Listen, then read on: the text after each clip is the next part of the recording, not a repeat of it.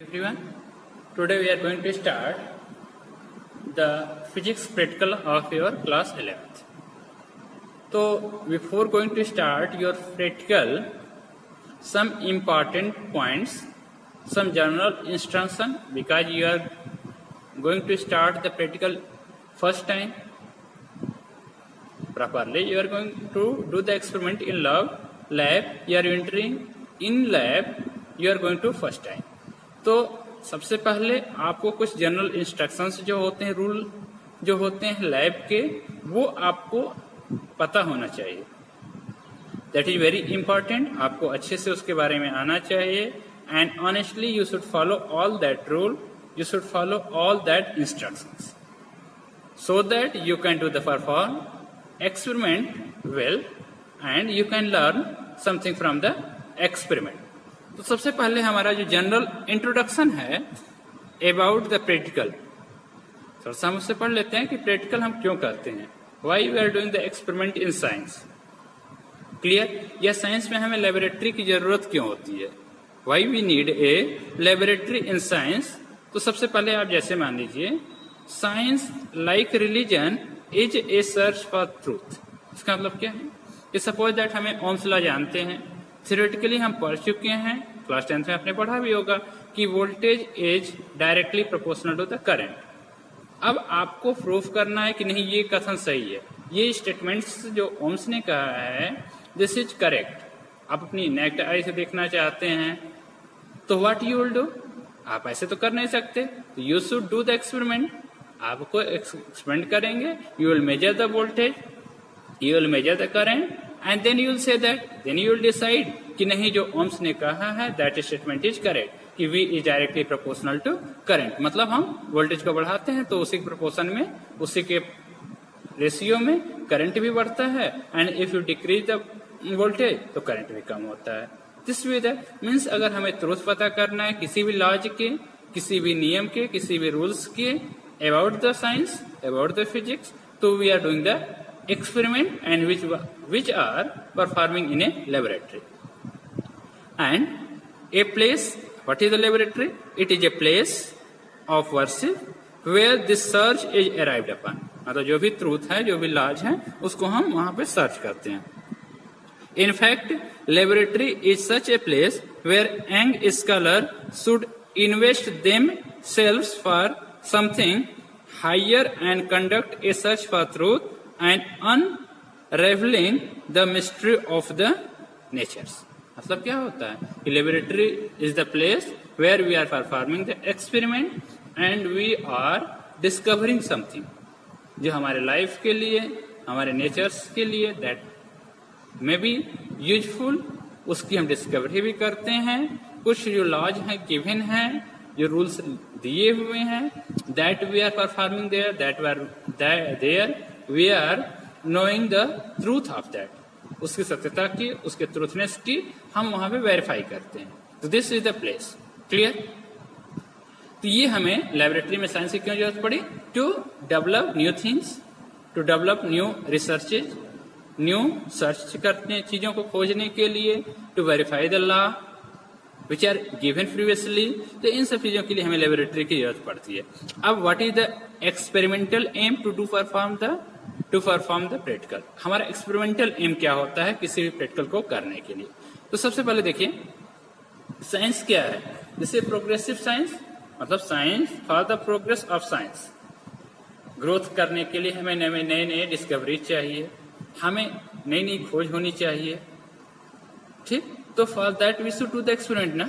We study careful and calculate that an experiment is a basis foundation for the development and growth of the science.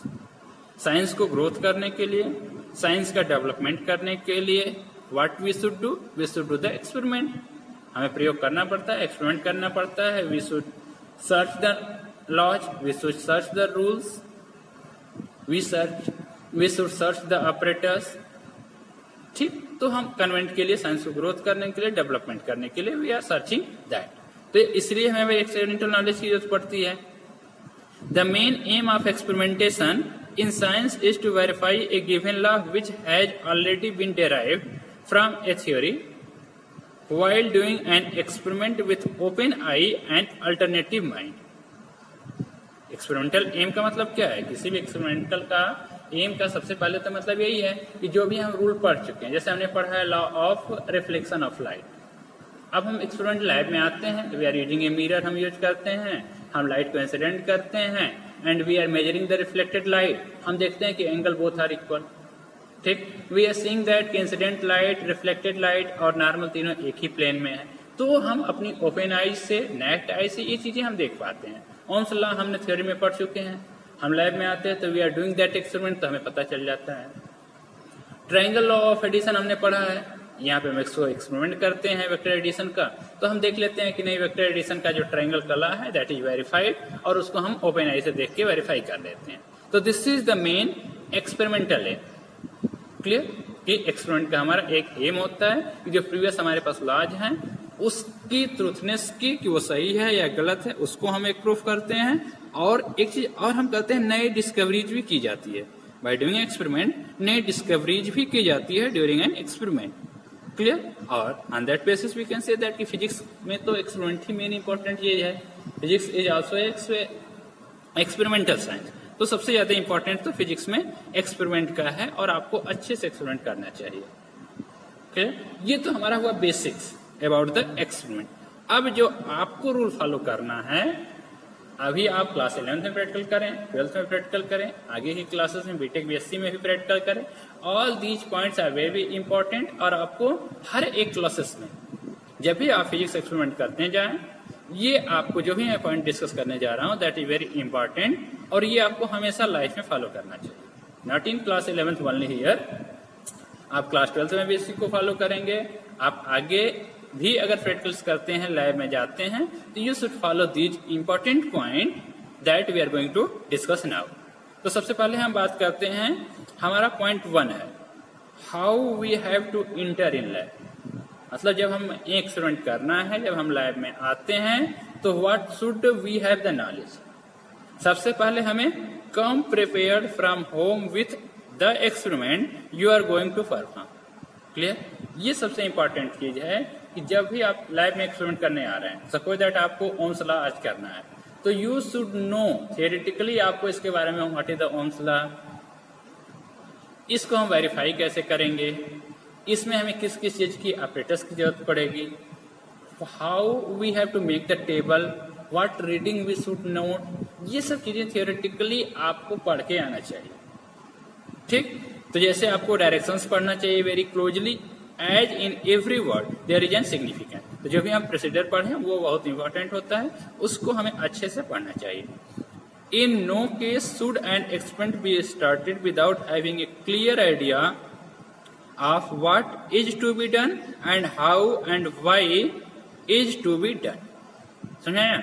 जैसे कोई भी हम experiment नहीं कर सकते बिना पढ़े, विदाउट अगर प्रायर नॉलेज न हो कि हमें क्या करना है and how we have to do, why we have to do, what we have to do, how we have to do and why we have to do. ये तीनों important questions हैं and you should get idea by preparing the practical before the doing the practical. Practical करने से पहले ये चीजें, तीनों चीजें आपके माइंड में क्लियर होनी चाहिए कि हमें क्या करना है, कौन सा एक्सपेरिमेंट करना है, कैसे करना है, what is the procedure to do the experiment, और क्यों करना है, why we have to do the experiment, क्या लाभ पूरा करना है, क्या हम करना चाहते हैं, क्यों करना चाहते हैं। ये बेसिक इंपॉर्टेंस है फिजिक्स प्रैक्टिकल का, और प्रैक्टिकल में हमें ये चीजें पता होनी चाहिए और इसको हमें पढ़ना चाहिए। Clear. Doubt if any should be remove from the teacher before the experiment is actually done. अब मान लीजिए कोई चीजें हैं आपको समझ में नहीं आएगी, first time you are doing, तो वो चीजें आप बिफोर स्टार्टिंग द एक्सपेरिमेंट वो चीजें आपको क्लियर कर लेनी चाहिए by asking with your teacher.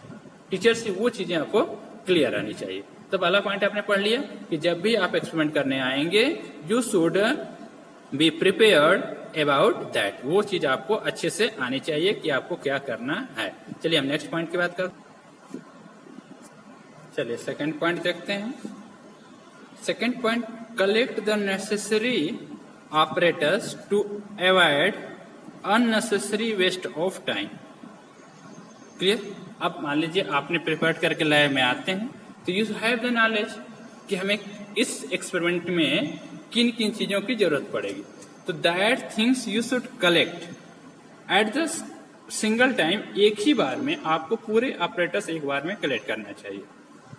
ये नहीं कि आपने कभी वायर ले आते हैं, कभी आप वोल्टमीटर के लिए दौड़ते हैं, कभी एमीटर के लिए, ये चीजें आपको नहीं करनी चाहिए। Clear. Because of this you will waste your time और फिर अननेसेसरी प्रॉब्लम्स लैब में क्रिएट होती है बिकॉज ऑफ यू। ये चीजें आपको करनी चाहिए कि लैब में जब भी आप आए, हर एक ऑपरेटर्स जो भी आपको रिक्वायरमेंट है उस ऑपरेटर्स को एक ही बार में आप कलेक्ट करें, ठीक। And that student should carefully check up each part of the working operators. उसको आपको अच्छे से चेक कर लीजिए कि जो भी आपने ऑपरेटर्स लिया है वो काम कर रहा है, उसके स्क्यू सही है। अगर प्रॉब्लम है तो you can change at the same time. आप सर्किट में कनेक्ट कर लिए, फिर उसके बाद आप चेंज कराते हैं, तो it will create the problem. आपकी भी टाइम बर्बाद होती है और it will create unnecessary problem in A life. If you do not understand the principle, suppose that you are doing the first time experiment, तो हो सकता है आपको उसके प्रिंसिपल्स को पता ना हो, उसका कंस्ट्रक्शन ना पता हो, आपको कैसे उसको यूज करना है वो पता ना हो, तो आप क्या करिए, without any hesitation you consult your teacher.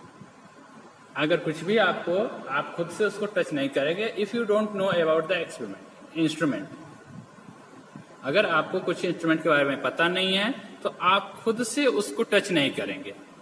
You should ask your teacher, आप उससे पता करेंगे, पूछेंगे कि इसको हमें कैसे यूज करना है, कैसे रेटिंग पढ़नी है। He will explain you, then you start to do the experiment और उसको आप कनेक्ट करना शुरू करेंगे। Clear. In case of electrical appliances you will get the problem. अगर वायर शॉर्ट है, सर्किट है, ढीला है, तो दैट में बर्न, वो जल सकता है, नुकसान हो सकता है, and you will also hurt from that. तो इन सब चीजों से बचने के लिए सबसे पहले आपको ऑपरेटर्स को अच्छे से देखना है, that is good in condition. अगर कोई प्रॉब्लम है तो you consult with your teacher and you replace if there is any necessity. तो आप उसको रिप्लेस कर लें and then do the experiment. 2 point हमने पढ़ लिया कि सबसे पहले कि हमें अच्छे से प्रैक्टिकल को तैयार करके आना चाहिए। 1 डे बिफोर हमें पढ़ लेना चाहिए अच्छे से कि हमें क्या करना है, कैसे करना है, क्यों करना है। देन हम जब लैब में इंटर करते हैं तो सबसे पहले हम जाएं और पूरी चीजें जितने भी ऑपरेटर्स की रिक्वायरमेंट है वो चीजें हम एक साथ एक बार ले आकर के अपने प्लेस पे रख लें। अब थर्ड हम बात करते हैं कि handling of the operators. This is also very important. Third point जो है, आपको ऑपरेटर्स को कैसे हैंडल करना है, दैट इज वेरी इंपॉर्टेंट। ऐसे नहीं, काफी कॉस्टली ऑपरेटर्स होते हैं लैब के, तो आपको कॉर्नर पे नहीं रखना है, टेबल के या सेल्फ के कॉर्नर पे नहीं रखना है, उसको प्रॉपर प्लेस पे रखना है, ठीक। तो एंड ग्लासेस होते हैं that are very easily that can be broken. तो ग्लास है, मिरर है, तो you should keep that operators very properly. Screw आपके हैं, वेट्स हैं, छोटे छोटे वेट्स हैं, ग्लास ऑपरेटर्स हैं, इनको आपको हैंडलिंग प्रॉपर होनी चाहिए और carefully you should handle that operators. और अगर मान लीजिए दैट विल ब्रोकन, कोई लॉस हो जाता है, तो you should report this matter immediately the person concern, या तो लैब इंचार्ज को आपको तुरंत इस चीज को बतानी चाहिए कि नहीं this operators is broken from me, या तो फिर कुछ प्रॉब्लम्स है, या तो ये this is lost from me. तो आपको अच्छे से प्रॉपरली आपको जाके बताना चाहिए। चलिए 3 पॉइंट हमने डिस्कस किया। नेक्स्ट पॉइंट हम बात करते हैं, keep your table neat and clean and free from all the unnecessary article. ये बहुत इंपॉर्टेंट चीज है। जब लैब में आते हैं, ये नहीं कि आप अपने टेबल पे अपने बैग भी रख लें, बॉटल भी रख लें, कैप, हैट, ये भी चीजें, वो चीजें आपको वहां लैब के या तो आपके टेबल पे जहां आप एक्सपेरिमेंट कर रहे हैं, this should not be there. आप लैब में इंटर करने से पहले ये सब चीजें आप सेपरेटली अलग रख दें, ठीक, सो दैट आप अननेसेसरी कंफ्यूजन से आप बचेंगे, ठीक। तो इस चीज को आपको प्रॉपर फॉलो करना चाहिए। सच है आपके पास हैट्स है, बैग्स है, बुक है, अम्ब्रेला है, उसको किसी दूसरे प्लेस पे लैब में आप रख लें। And do not disfigure the table with chalk, pencil, ink और फिंगर, और you should not make a nail mark on that. ये भी क्लियर है, ये तो एक नॉर्मल हैबिट है, यू शुड फॉलो इट कि जहां भी आप रहें उस चीज को साफ सुथरा रखें। अननेसेसरी जो स्कैटर्ड चीजें हैं उसको आप फैलने से रोकें। तो ये चीजें आपको इंपॉर्टेंट है, ये आपको जब भी लैब में एक्सपेरिमेंट करते रहें तो बाकी जो लैब के सामान है, इंस्ट्रूमेंट है, उसके अलावा आपके पास वहां पे बैग, बॉटल, हैट, कैप, ये सब चीजें वहां पे नहीं होनी चाहिए। You should keep that place out of the lab. ठीक, ये चीजें हो गया। 4 point we have discuss. Next point है precautions given for the experiment must be actually observed while doing the experiment. Clear, ये 5th पॉइंट इंपॉर्टेंट है। हमारे पास जितने भी एक्सपेरिमेंट है, हर एक एक्सपेरिमेंट में कुछ न कुछ ऑब्जर्वेशंस होते हैं, कुछ न कुछ प्रिकॉशंस होते हैं। ठीक, that precautions you should follow it. Suppose that हम वेट वायर पे लगा रहे हैं या थ्रेड पे हमें वेट हैंग करना है, तो हमें एक प्रॉपर वेट ही हैंग करना चाहिए। अदरवाइज 2 kg 3 kg वेट हम ना हैंग करें कि दैट विल ब्रोकन। तो ये सब चीजें हमें इंस्ट्रक्शंस पता होनी चाहिए और ये चीजें हमें नहीं करनी चाहिए।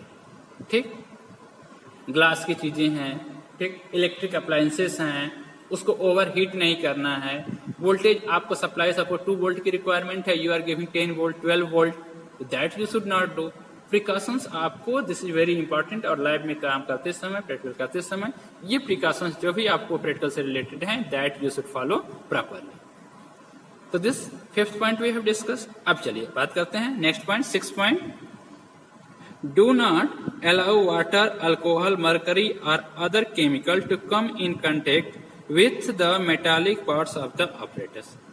Clear? Because of that, अगर electric appliances हैं, metallic parts are there, तो because of that they will create the problem. Conduction हो सकता है, short circuit हो सकती है, that may be corrode, नुकसान हो सकता है। तो ऐसी चीजें में हमें वो टेबल पे नहीं रखनी चाहिए। अगर ऐसी कोई बातें हो जाती हैं तो what you have to do, you have to clean that with the wet clothes, dry उसको सुखाना चाहिए और उसको साफ सुथरा रखना चाहिए। Don't disfigure the wooden part of the operators.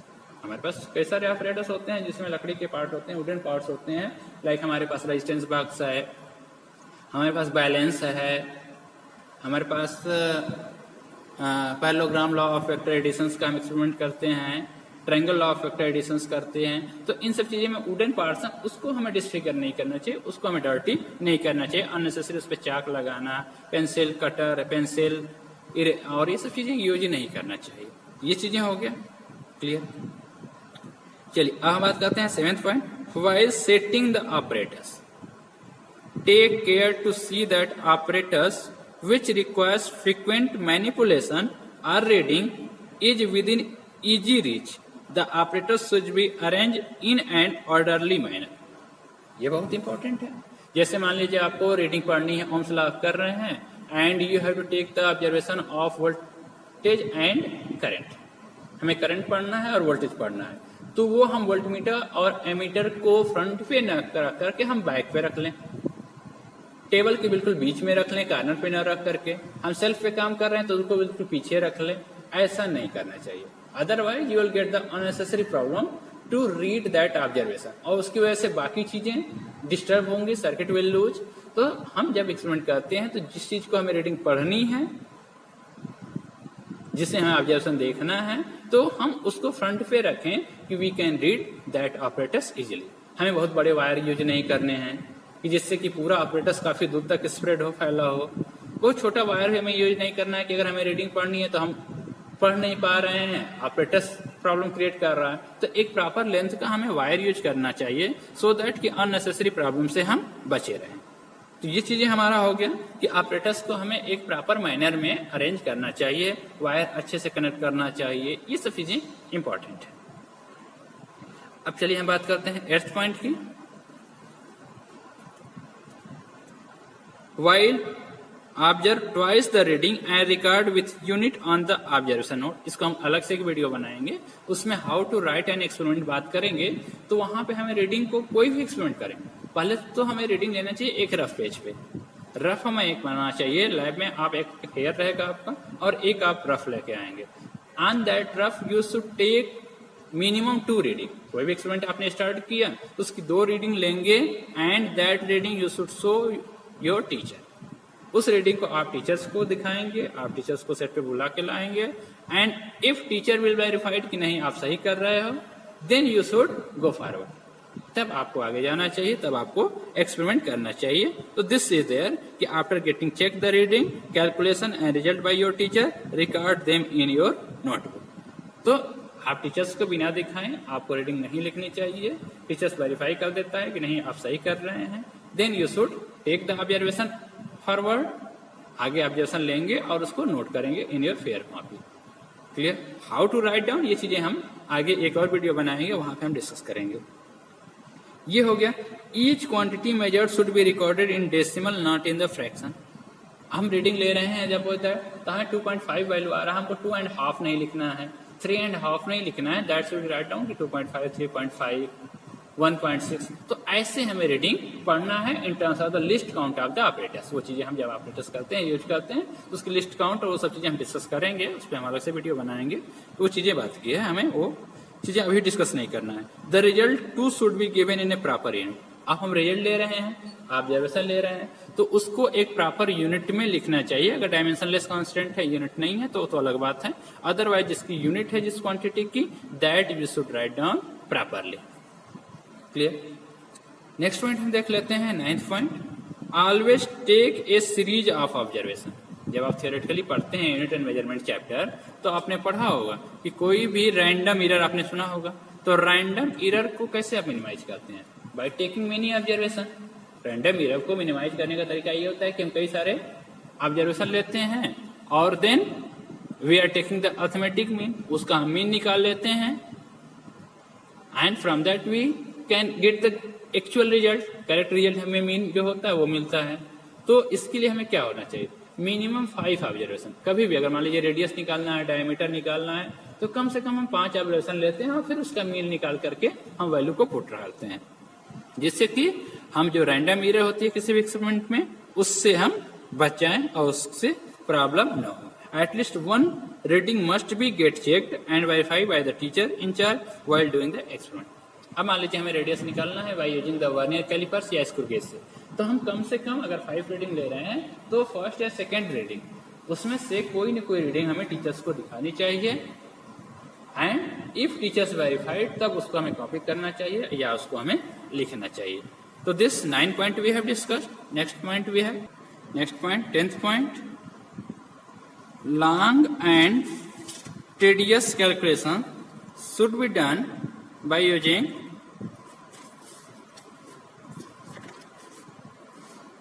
logarithmic. This save times as well as reduce the chances of error.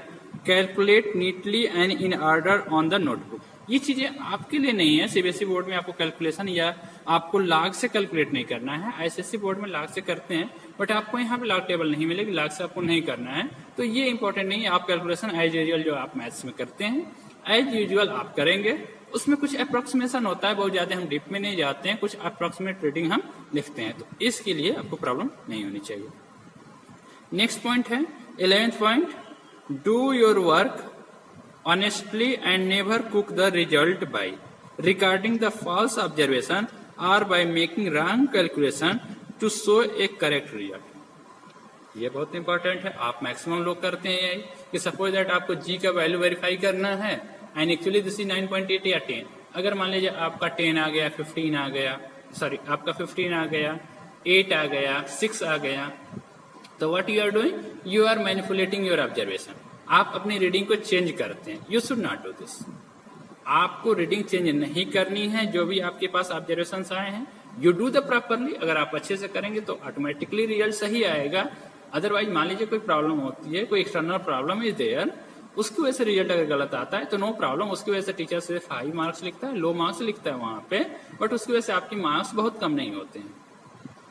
ठीक, ईच एंड एवरी स्टेप्स है द मार्क। आपके ऑब्जर्वेशन पे है मार्क्स, टेबलेशन पे मार्क्स है, रिजल्ट्स के अलग से मार्क्स हैं, तो this will not affect much more than that your result. तो आपको ऑनेस्टली आपको रीडिंग लेनी चाहिए। बहुत ज्यादा आपको करेक्ट रिजल्ट के सही करने के लिए आपको मैनिपुलेशन करने की जरूरत नहीं है। The student should remember the purpose of each experiment to unmask the truth, hence nothing but truth should be recorded.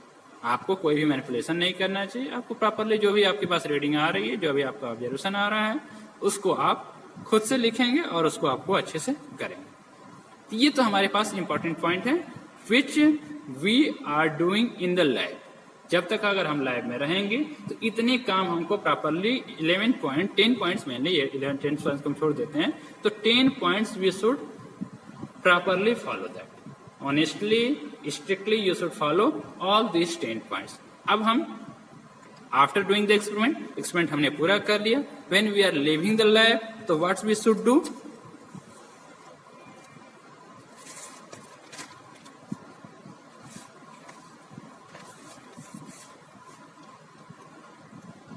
Before leaving the okay, तो students should get this notebook signed.